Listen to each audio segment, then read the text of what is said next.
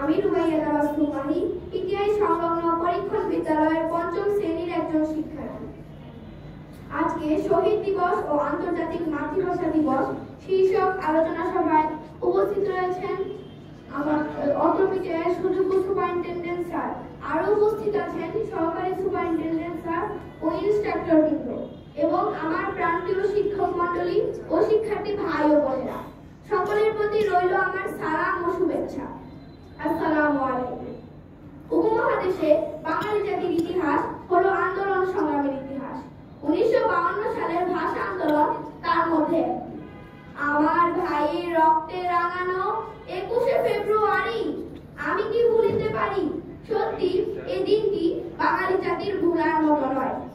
1948 সালে মোহাম্মদ আলী জিন্নাহ ঘোষণা করেন উর্দু এবং একমাত্র উর্দুই হবে পাকিস্তানের একমাত্র রাষ্ট্রভাষা। এ সময় বাংলা ভাষার পক্ষে প্রথম প্রতিবাদ করেন ধীরেন্দ্রনাথ দত্ত।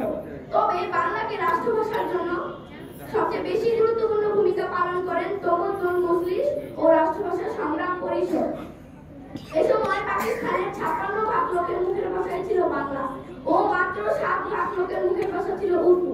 তা সত্ত্বেও পাকিস্তান সরকার উর্দুকে রাষ্ট্রভাষা করার ঘোষণা দেয়, কিন্তু পূর্ব পাকিস্তানের ছাত্র জনতা এই অন্যায়ের প্রস্তাব মেনে নেননি।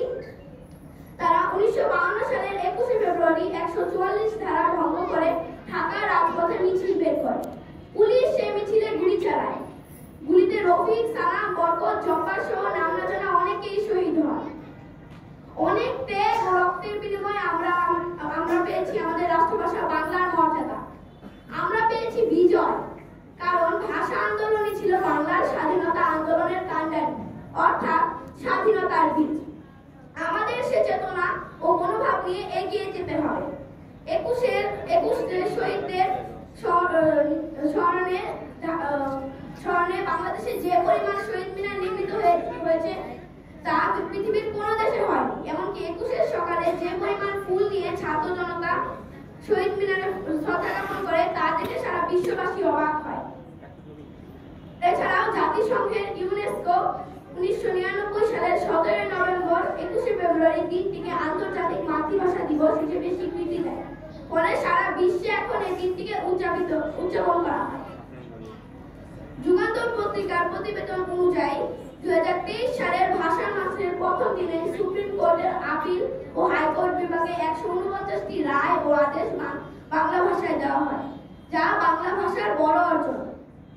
তাই আসুন আমরা সবাই বাংলা ভাষার প্রতি শ্রদ্ধাশীল হই, আমরা সর্বত্র বাংলা ভাষা ব্যবহার করি